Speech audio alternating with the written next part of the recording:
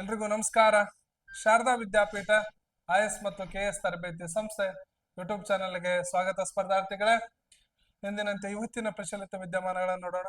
ಇವತ್ತಿನ ಪ್ರಚಲಿತ ವಿದ್ಯಮಾನ ನೋಡೋಕ್ಕಿಂತ ಮುಂಚೆ ನಮ್ಮ ಶಾರದಾ ವಿದ್ಯಾಪೀಠದೊಳಗಡೆ ಇದೇ ಆಗಸ್ಟ್ 31ನೇ ತಾರೀಕಿನಿಂದ ಏನು ಅಂತಂದ್ರೆ ವಿನೂತನವಾದಂತಹ ಪೊಲೀಸ್ ಬ್ಯಾಚ್ಗಳು ಪ್ರಾರಂಭವಾಗ್ತಾ ಇದಾವೆ. ಎಷ್ಟೋ ವಿದ್ಯಾರ್ಥಿಗಳು ಇವು ಕೂಡ ಪ್ರವೇಶವನ್ನ ಪಡ್ಕೊಂಡಿದ್ದೀರಾ. ಇನ್ನು ಹೆಚ್ಚಿನ ವಿದ್ಯಾರ್ಥಿಗಳಿಗೆ ಏನು ಅಂತಾರೆ ಈ ಒಂದು ಮಾಹಿತಿಯನ್ನ ಏನ್ ಕೊಡ್ತಾ ಇದ್ದೀವಿ ಅಂತಾರೆ, ಇದನ್ನ 90 ದಿನಗಳ ಕಾಲ ನಡೆಯುವಂತ ಈ ಒಂದು ಪೊಲೀಸ್ ತರಬೇತಿ ಅವಧಿ ಒಳಗಡೆ ಯಾರು ಪುರುಷ ಅಭ್ಯರ್ಥಿಗಳು 163 ಸೆಂಟಿಮೀಟರ್ ಎತ್ತರವನ್ನ, ಮಹಿಳಾ ಅಭ್ಯರ್ಥಿಗಳು 157 ಸೆಂಟಿಮೀಟರ್ ಎತ್ತರವನ್ನ ಹೊಂದಿದ್ದೀರಿ ಅಂತಾರೆ ತಾವೆಲ್ಲರೂ ಕೂಡ ಪೊಲೀಸಿಗೆ ಒಂದು ಅರ್ಹತೆಯನ್ನ ಪಡ್ಕೊಳ್ತೀರಾ. ಯಾಕಂದ್ರೆ ಪೊಲೀಸ್ ಅನ್ನೋದು ಅದೆಷ್ಟೋ ವಿದ್ಯಾರ್ಥಿಗಳ ಕನಸು, ಅದೆಷ್ಟೋ ವಿದ್ಯಾರ್ಥಿಗಳ ಭಾವನೆ. Police it is a fashion to life ಅಂತೆ. ಎಷ್ಟೋ ಜನ ವಿದ್ಯಾರ್ಥಿಗಳ ಫ್ಯಾಷನ್ ಅದು. ಯಾಕಂದ್ರೆ ಎಷ್ಟೋ ವಿದ್ಯಾರ್ಥಿಗಳು ಏನು ಅಂತ ಪೊಲೀಸ್ ಆಗ್ಬೇಕು ಅನ್ನೋದೇ ಒಂದು ಕನಸನ್ನ ಹೊತ್ಕೊಂಡಿರ್ತಾರೆ. ಅದಕ್ಕಾಗಿ ಏನು ಅಂತಾರೆ, ನಾವು ಪೊಲೀಸ್ ಆಗ್ಲೇಬೇಕು ಅನ್ನುವಂತ ಪಣವನ್ನ ತೊಟ್ಟಿದ್ದೀರಾ ಅಂತಂದ್ರೆ ನಾವು ಮಾಡೇಬೇಕು ಅನ್ನುವಂತ ಪಣವನ್ನ ನಾವು ತೊಟ್ಟಿದ್ದೇವೆ. ಅದಕ್ಕಾಗಿ ಏನು ಅಂತಾರೆ ಶಾರದಾ ವಿದ್ಯಾಪೀಠದೊಳಗಡೆ ಇದೇ ಆಗಸ್ಟ್ 31ರಿಂದ ಪ್ರವೇಶ ಏನು ಅಂತಾರೆ ತರಗತಿಗಳು ಪ್ರಾರಂಭವಾಗ್ತಾ ಇದಾವೆ. ಯಾರೆಲ್ಲ ಆಸಕ್ತಿ ವಿದ್ಯಾರ್ಥಿಗಳಿದ್ದೀರಾ ಇಲ್ಲಿ ಕಾಣ್ತಾ ಇರುತ್ತೆ ನಂಬರ್ಗೆ ಕರೆ ಮಾಡುವುದರ ಮೂಲಕ ನಿಮ್ಮ ಒಂದು ಪ್ರವೇಶವನ್ನ ಖಚಿತಪಡಿಸಿಕೊಳ್ಳಿ. ಯಾಕಂತಂದ್ರೆ ಅವಕಾಶಗಳು ಪದೇ ಪದೇ ಬರೋದಿಲ್ಲ. ಬಂದ ಅವಕಾಶವನ್ನ ಜೀವನದಲ್ಲಿ ಸದುಪಯೋಗ ಪಡಿಸ್ಕೊಂಡೇವು ಅಂತಾರೆ ನಮ್ಮ ಜೀವನ ಉತ್ತುಂಗದ ಶಿಖರಕ್ಕೆ ಹೋಗಕ್ಕೆ ಸಾಧ್ಯ ಅಂತ ಹೇಳ್ತಾ ಇವತ್ತಿನ ಪ್ರಚಲಿತ ವಿದ್ಯಮಾನವನ್ನ ನೋಡೋಣ. ಇವತ್ತಿನ ಪ್ರಚಲಿತ ವಿದ್ಯಮಾನ ನೋಡೋಕ್ಕಿಂತ ಮುಂಚೆ ನಮ್ಮ ದೇಶದ ರಾಷ್ಟ್ರಪತಿ, ಮಾಜಿ ರಾಷ್ಟ್ರಪತಿಗಳು, ದೇಶದ ವಿಜ್ಞಾನದ ಮನುಷ್ಯ, ಸರಳ ರಾಷ್ಟ್ರಪತಿ ಆದಂತ ಡಾಕ್ಟರ್ APJ ಅಬ್ದುಲ್ ಕಲಾಂ ಅವರು ಒಂದು ಸಣ್ಣದಾದಂತ ಕೊಟೇಶನ್ ಅನ್ನು ಹೇಳಿದ್ದಾರೆ. ಬದುಕಿನಲ್ಲಿ ಎಷ್ಟೋ ವಿದ್ಯಾರ್ಥಿಗಳು ಇವರ ಸ್ಫೂರ್ತಿದಾಯಕ ಮಾತುಗಳಿಂದ ತಮ್ಮ ಜೀವನವನ್ನೇ ಬದಲಾವಣೆ ಮಾಡ್ಕೊಂಡಿದ್ದಾರೆ. ಯಾಕಂದ್ರೆ ಅದೆಷ್ಟೋ ಜನ ಸಾಧಕರು, ಅದೆಷ್ಟೋ ಜನ ಉತ್ತುಂಗ ಶಿಖರಕ್ಕೆ ಹೋದಂತವರು ತಮ್ಮ ಜೀವನದಲ್ಲಿ ಯಶಸ್ಸು ಸಾಧಿಸೋಕ್ಕಿಂತ ಸೋಲನ್ನ ಬಹಳ ಅನುಭವಿಸ್ಬಿಟ್ಟಿರ್ತಾರೆ. ಅದಕ್ಕಾಗಿ ಏನು ಅಂತಾರೆ, ಇಲ್ಲಿ ಕೇವಲ ಯಶಸ್ವಿನ ಕಥೆಗಳನ್ನ ಮಾತ್ರ ನೀನು ಓದ್ಬೇಡ. ಜೀವನದಲ್ಲಿ in your life you not read the success story, because success story always ಇದೇನ್ ಮಾಡ್ತೈತಿ ಅಂತಾರೆ ನಿನ್ನಲ್ಲಿ ಈಗೋ ಭಾವನೆಯನ್ನ ತೋರಿಸ್ಬಿಡ್ತೈತಿ. ಅದಕ್ಕೆ ಜೀವನದಲ್ಲಿ ಯಾರು ಸೋತು ಬೆಂದು ಜೀವನದಲ್ಲಿ ನೊಂದು ತಮ್ಮ ಜೀವನವನ್ನ ಕಟ್ಕೊಂಡಿರ್ತಾರೋ ಅವ್ರ ಹತ್ರ ಹೋಗಿ ಒಂದು ಸ್ವಲ್ಪ ಜೀವನ ಅಂದ್ರೆ ಏನು ಅಂತ ಕೇಳು. ಅವರು ತಮ್ಮ ಜೀವನದ ಸಂಪೂರ್ಣ ಅನುಭವವನ್ನ ಹೇಳ್ತಾರೆ. ಜೀವನದಲ್ಲಿ ನಿನ್ನ ಅನುಭವವನ್ನ ಪಡ್ಕೊಂಡಿ ಅಂತಂದ್ರೆ, ಜೀವನದಲ್ಲಿ ಅನುಭವದ ಸೆಲೆಮಾಲೆಗಳನ್ನ ನೀ ಪಡ್ಕೊಂಡಿ ಅಂತಾರೆ ಜೀವನದಲ್ಲಿ ನೀನು ಸೋಲಕ್ ಚಾನ್ಸೇ ಇಲ್ಲ. ಅದಕ್ಕಾಗಿ ಏನು ಅಂತಂದ್ರೆ ಗೆದ್ದವನ 1000 ಇತಿಹಾಸ ಓದೋದಲ್ಲ, ಸೋತವನ ಒಂದೇ ಪುಟವನ್ನ ನಿನ್ನ ಬದುಕಿನಲ್ಲಿ ನೀನು ಅಳವಡಿಸ್ಕೋ. ಜೀವನದಲ್ಲಿ ನಿನಗೆ ಸೋಲು ಕೂಡ ಯಾವತ್ತೂ ಕೂಡ ಬಡುವುದಿಲ್ಲ ಅಂತೇಳಿ APJ ಅಬ್ದುಲ್ ಕಲಾಂ ಅವರ ಒಂದು ಮಾತು. ಯಾಕಂತಂದ್ರೆ ಯಾವಾಗ್ಲೂ ಕೂಡ ಉತ್ತಮ ಚಿಂತನೆಗಳನ್ನ ನಾವು ಬೆಳೆಸ್ಕೋಬಹುದು. ಯಾಕಂದ್ರೆ ಅವ್ರು ಎಲ್ಲಿ ಸೋತಿದ್ರು, ಎಲ್ಲಿ ಫೇಲ್ಯೂರ್ ಆದ್ರು, ಎಲ್ಲಿ ಅವಮಾನ ಆಯ್ತು, ಎಲ್ಲಿ ಕಷ್ಟವನ್ನ ಅನುಭವಿಸಿದ್ರು, ಆ ಕಷ್ಟದ ಬದುಕಿನಲ್ಲಿ ತಾವು ತೆಗೆದುಕೊಂಡಂತ ನಿರ್ಧಾರಗಳೇನು. ನಮ್ಮ ವಿದ್ಯಾರ್ಥಿಗಳು, ಇವತ್ತಿನ ವಿದ್ಯಾರ್ಥಿಗಳು ಒಂದು ಸಣ್ಣ ಸಮಸ್ಯೆ ಬಂತು ಅಂತಾರೆ ಓಡಿ ಹೋಗುವಂಥದ್ದು, ಪಲಾಯನವಾಗುವಂಥದ್ದು, ಜೀವನದಲ್ಲಿ ಜಿಗುಪ್ಸೆ ಹೊಂದುವಂಥದ್ದು, ಡಿಪ್ರೆಷನ್ ಒಳಗಾಗುವಂಥದ್ದು, ನನ್ನ ಕೈಲಿ ಆಗಲ್ಲ ಅಂತ ಅನ್ನುವಂತ ಭಾವನೆಯನ್ನ ಬೆಳೆಸ್ಕೊಂಡ್ ಬಿಡ್ತೇವೆ. ಜೀವನ ಅಂತ ಬಂದ್ ಬಳಕೆಡೆ, ಬದುಕು ಅಂತ ಬಂದ್ ಬಳಕೆಡೆ ನಮ್ಮ ಜೀವನದುದ್ದಕ್ಕೂ ಕೂಡ ನಾವು ಈ ಜೀವನದಲ್ಲಿ ಹೋರಾಟ ಮಾಡ್ಲೇಬೇಕು. ಯಶಸ್ವಿಯನ್ನ ಅಷ್ಟು ಈಸಿಯಾಗಿ ಪಡ್ಕೊಳ್ಳೋದಲ್ಲ. ಯಶಸ್ಸು ಅನ್ನೋದು ನಾಳೆ ಹೋಗಿ 1-2 ದಿವಸ ಓದಿ ನಾನು ಯಾವುದೇ ಒಂದು ಹುದ್ದೆಯನ್ನ ಪಡಿತೀನಿ ಅಂತಲ್ಲ. ಇದೊಂದು ಹೋರಾಟ. ಈ ಹೋರಾಟದೊಳಗಡೆ ಏನು ಅಂತಂದ್ರೆ ಬಂದ ಅದೆಷ್ಟೋ ನೋವುಗಳನ್ನು ನೀನು ಸಹಿಸ್ಕೊಳ್ಳೇಬೇಕು ಅಂತ ಹೇಳ್ತಾ ಇವತ್ತಿನ ಪ್ರಚಲಿತ ವಿದ್ಯಮಾನವನ್ನ ನೋಡೋಣ.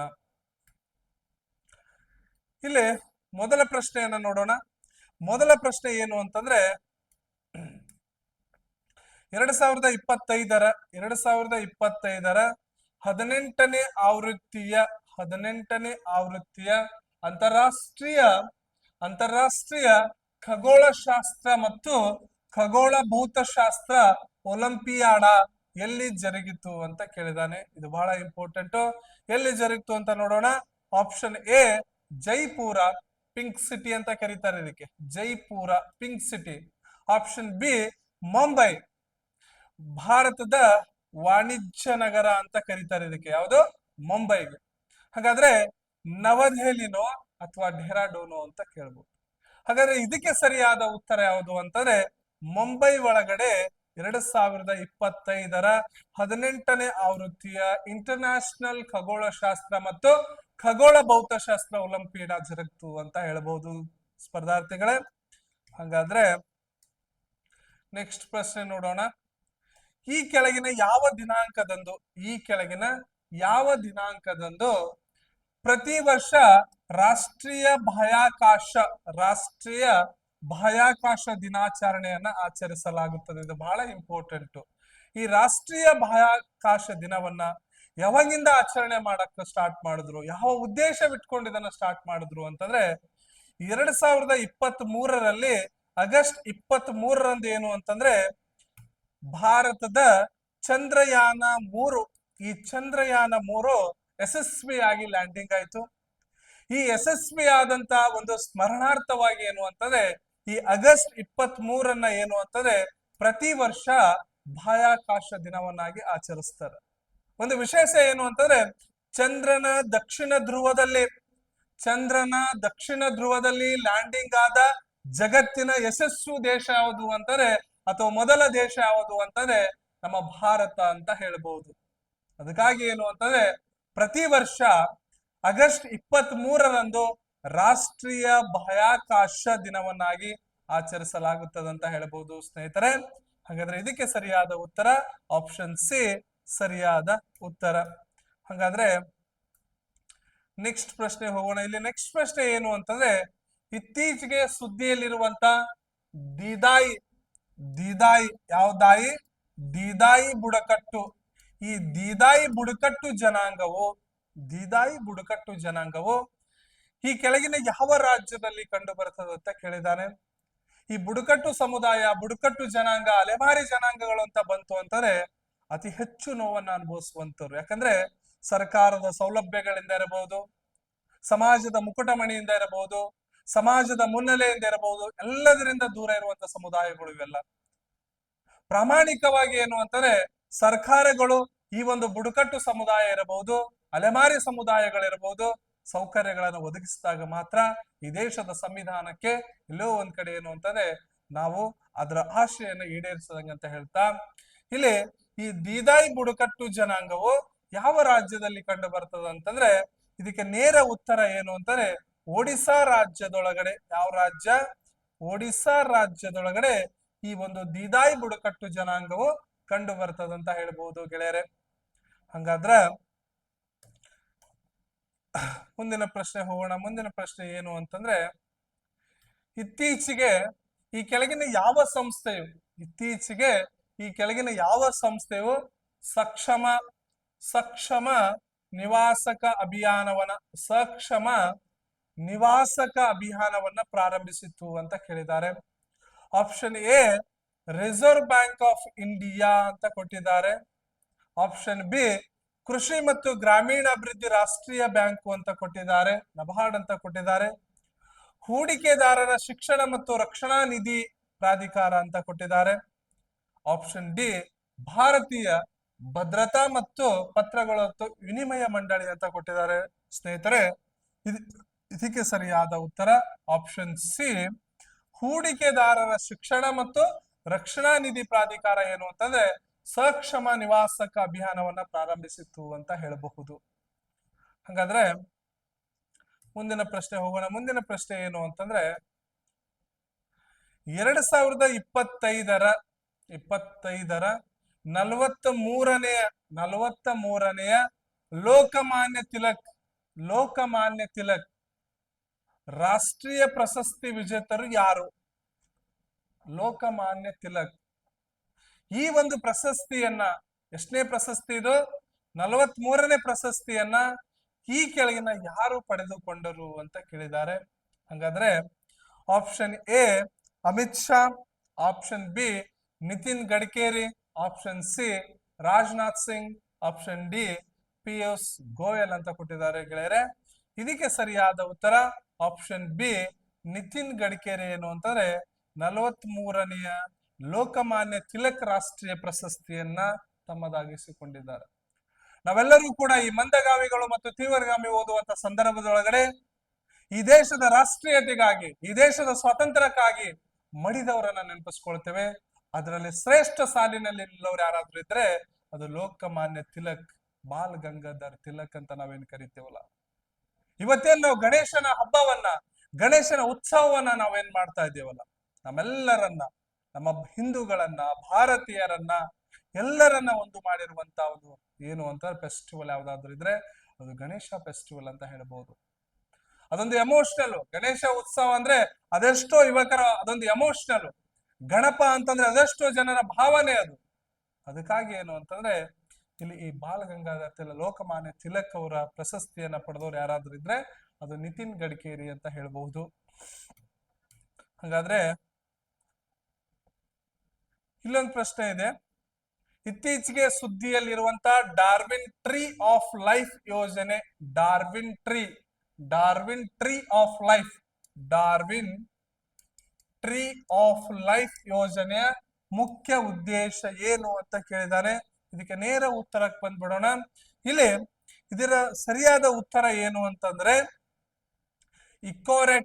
ಇಕೋರೆಟಿಕ್ ಪ್ರಭೇದಗಳ ಜಿನೋಮಗಳನ್ನು ಅನುಕ್ರಮಗೊಳಿಸಲು ಈ ಒಂದು ಯೋಜನೆಯನ್ನ ಅಥವಾ ಈ ಯೋಜನೆ ಮುಖ್ಯ ಉದ್ದೇಶ ಅಂತ ಹೇಳ್ಬೋದು. ಇಕೋರೆಟಿಕ್ ಪ್ರಭೇದಗಳ ಜಿನೋಮಗಳನ್ನು ಅನುಕ್ರಮಗೊಳಿಸುವುದೇ ಈ ಡಾರ್ವಿನ್ ಟ್ರೀ ಆಫ್ ಲೈಫ್ ಯೋಜನೆ ಮುಖ್ಯ ಉದ್ದೇಶ ಅಂತ ಹೇಳಬಹುದು. ಹಾಗಾದ್ರೆ ನೆಕ್ಸ್ಟ್ ಪ್ರಶ್ನೆ ಹೋಗೋಣ. ನೆಕ್ಸ್ಟ್ ಪ್ರಶ್ನೆ ಏನು ಅಂತಂದ್ರೆ ಇಲ್ಲಿ ಈ ಇತ್ತೀಚೆಗೆ ಈ ಕೆಳಗಿನ ಯಾವ ದೇಶವು ಹೈಪರ್ಸಾನಿಕ್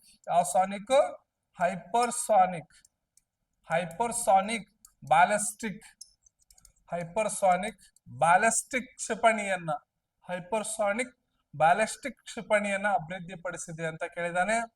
ಇಲ್ಲಿ option A Russia, option B China, option C France, option D Germany ಅಂತ ಕೊಟ್ಟಿದ್ದಾರೆ. ಇಲ್ಲಿ ಹೈಪರ್ಸಾನಿಕ್ ಬ್ಯಾಲಿಸ್ಟಿಕ್ ಕ್ಷಿಪಣಿ ಅಭಿವೃದ್ಧಿಪಡಿಸಿರುವಂತ ದೇಶ ಯಾವುದು ಅಂತಂದ್ರೆ ರಷ್ಯಾ. ಯಾವ ದೇಶ? ರಷ್ಯಾ ದೇಶ, ಭಾರತದ ಪರಮಾಪ್ತ ದೇಶವಾದಂತ ರಷ್ಯಾ ಅಂತ ಹೇಳಬಹುದು. ಹಾಗಾದ್ರೆ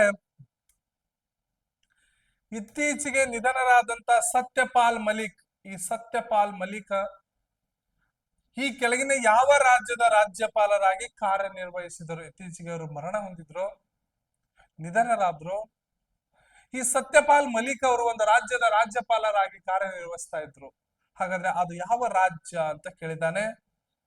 option a Bihar, option b Goa, option c Jammu Kashmir, option d ಮೇಲಿನ ಎಲ್ಲವೂ ಹೌದು ಅಂತ ಕೇಳಿದಾನೆ. ಹಾಗಾದ್ರೆ ಇದಕ್ಕೆ ಒಂದು ಸರಿಯಾದ ಉತ್ತರವನ್ನ ನಾನು ನಿಮ್ಮಿಂದ ಬಯಸ್ತಾ ಇರೋದು. ಹಾಗಾದ್ರೆ ಈ ಸತ್ಯಪಾಲ್ ಮಲಿಕ್ ಅವರು ಈ ಕೆಳಗಿನ ಯಾವ ರಾಜ್ಯದ ರಾಜ್ಯಪಾಲರಾಗಿ ಕಾರ್ಯನಿರ್ವಹಿಸಿದ್ರು ಅಂತ ಪ್ರಶ್ನೆ ಇದೆ. ಹಾಗಾದ್ರೆ option A correct, B correct, C correct, ಮೇಲಿನ ಎಲ್ಲವೂ ಕರೆಕ್ಟು ಅನ್ನೋದನ್ನ ತಾವು ದಯವಿಟ್ಟು ಕಮೆಂಟ್ಸ್ ಬಾಕ್ಸ್ ಅಲ್ಲಿ ತಿಳಿಸ್ರಿ ಅಂತ ಹೇಳುತ್ತಾ ಇದರ ಒಂದು ಉತ್ತರವನ್ನ ನಾವು ನಿಮ್ಮಿಂದ ಕಮೆಂಟ್ಸ್ ಬಾಕ್ಸ್ ಅಲ್ಲಿ ನಿರೀಕ್ಷೆ ಮಾಡ್ತಾ ಇದ್ದೀನಿ. ಹಾಗಾದ್ರೆ ಇದರ ಮುಂದಿನ ಪ್ರಶ್ನೆ ಹೋಗೋಣ. ಮುಂದಿನ ಪ್ರಶ್ನೆ ಏನು ಅಂತಂದ್ರೆ 2026ರ 38ನೇ ಬೋಗೋಟಾ ಅಂತಾರಾಷ್ಟ್ರೀಯ ಪುಸ್ತಕ ಮೇಳಕ್ಕೆ ಈ ಕೆಳಗಿನ ಯಾವ ದೇಶವನ್ನು ಗೌರವ ಅತಿಥಿ 2026ರ 38ನೆಯ ಬೋಗೋಟಾ ಅಂತಾರಾಷ್ಟ್ರೀಯ ಪುಸ್ತಕ ಮೇಳಕ್ಕೆ ಈ ಕೆಳಗಿನ ಯಾವ ದೇಶವನ್ನ ಗೌರವ ಅತಿಥಿಯಾಗಿ ಆಯ್ಕೆ ಮಾಡಲಾಗಿದೆ ಅಂತ ಕೇಳಿದ್ದಾರೆ. ಇಲ್ಲಿ option A Russia, B France, C Bharat, D German ಅಂತ ಕೊಟ್ಟಿದ್ದಾರೆ. ಇಲ್ಲಿ ಆ ಗೌರವ ಅತಿಥಿ ದೇಶ ಯಾವುದು ಅಂತಂದ್ರೆ ಭಾರತ ಆಗಿದೆ ಅಂತ ಹೇಳಬಹುದು. ಹಾಗಾದ್ರೆ ಮುಂದಿನ ಪ್ರಶ್ನೆ ಹೋಗೋಣ. ಮುಂದಿನ ಪ್ರಶ್ನೆ ಏನು ಅಂತಂದ್ರೆ 2025ರ ಏಷ್ಯಾ ರಗ್ಬಿ 20 ವರ್ಷದೊಳಗಿನವರ ಚಾಂಪಿಯನ್ಶಿಪ್ ಮಹಿಳಾ ವಿಭಾಗದಲ್ಲಿ ಭಾರತ ದೇಶವು ಯಾವ ಪದಕವನ್ನು ಪಡೆದುಕೊಂಡಿತು? ರಗ್ಬಿ ಈ ಒಂದು 20 ವರ್ಷದೊಳಗಿನ ಈ ಒಂದು ಚಾಂಪಿಯನ್ಶಿಪ್ ದಲ್ಲಿ ಮಹಿಳಾ ವಿಭಾಗದಲ್ಲಿ ಭಾರತ ದೇಶವು ಯಾವ ಪದಕವನ್ನು ಪಡೆದುಕೊಂಡಿತು ಅಂತ ಕೇಳಿದಾನೆ. ಇಲ್ಲಿ ಬೆಳ್ಳಿ ಪದಕ, ಕಂಚಿನ ಪದಕ, ಚಿನ್ನದ ಪದಕ, ಮೇಲಿನ ಎಲ್ಲವೂ ಅಂತ ಕೊಟ್ಟಿದ್ದಾರೆ. ಇದಕ್ಕೆ ಸರಿಯಾದ ಉತ್ತರ ಬ್ರಿಂಜ್ ಮೆಡಲ್ ಅಥವಾ ಕಂಚಿನ ಪದಕ ಅಂತ ಕರೀತಾರೆ. ಕಂಚಿನ ಪದಕವನ್ನ ಭಾರತ ಪಡೆದುಕೊಂಡಿದೆ ಅಂತ ಹೇಳಬಹುದು. ಇವಿಷ್ಟು ಇವತ್ತಿನ ಪ್ರಚಲಿತ ವಿದ್ಯಮಾನಗಳು. ಮತ್ತೆ ನಾಳೆ ಕ್ಲಾಸ್ ನಲ್ಲಿ ಬರ್ತೀನಿ. ಮತ್ತೆ ಪ್ರತಿದಿನದ ಪ್ರಚಲಿತ ವಿದ್ಯಮಾನಗಳನ್ನ ನೋಡೋಣ. ನಿಮ್ಮ ಬೆಂಬಲ ಶಾರದಾ ವಿದ್ಯಾಪೀಠದ ಜೊತೆ ಇರಲಿ. ಅತಿ ಶೀಘ್ರದಲ್ಲಿ ವಿಶೇಷವಾದಂತ ಸೂಚನೆಯನ್ನು ನಿಮ್ ಮುಂದೆ ತಗೊಂಡ್ ಬರ್ತಾ ಇದ್ದೀವಿ. ಆ ಒಂದು ವಿಶೇಷವಾದಂತ ಯೋಜನೆಗೆ ನಿಮ್ಮೆಲ್ಲರ ಬೆಂಬಲ ಇರಲಿ ಅಂತ ಹೇಳ್ತಾ ನಾಳೆ ಕ್ಲಾಸ್ ನಲ್ಲಿ ಸಿಗ್ತೀನಿ. ಎಲ್ಲರಿಗೂ ಕೂಡ ನಮಸ್ಕಾರ.